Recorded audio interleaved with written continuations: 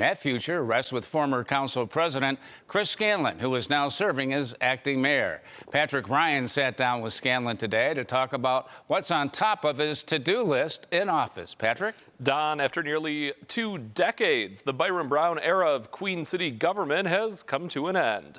Longtime South District Councilman Chris Scanlon is now acting mayor of Buffalo and giving us a glimpse of his plans. With his briefcase in hand, Chris Scanlon walked up the steps of Buffalo City Hall for his first day as acting mayor. Employees lined the lobby to greet the Queen City's new leader. And outside his new office, a changing of the guard. Former Mayor Byron Brown's name came down from the door as Scanlon's went up. I'm very, very excited. I'm very optimistic about what we can accomplish together. Scanlon tells us he's ready to hit the ground running as the city's interim CEO. I want everyone to know in every corner of the city that I plan to represent, to serve, and to deliver for every corner of the city of Buffalo.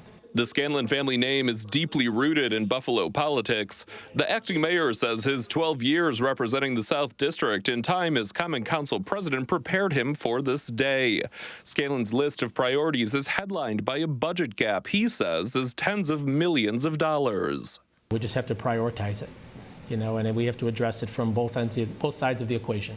Some people talk about making cuts, some people talk about increasing revenues. It's got to be a combination of the two.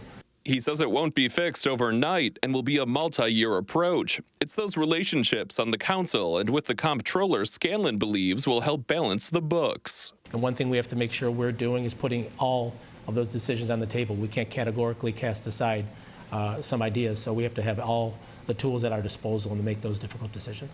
And when it comes to his cabinet, Scanlon will be meeting with them tomorrow. He says as of today, his department heads are remaining in place. I just want to hit the ground running with everyone in place and make sure that we are successful.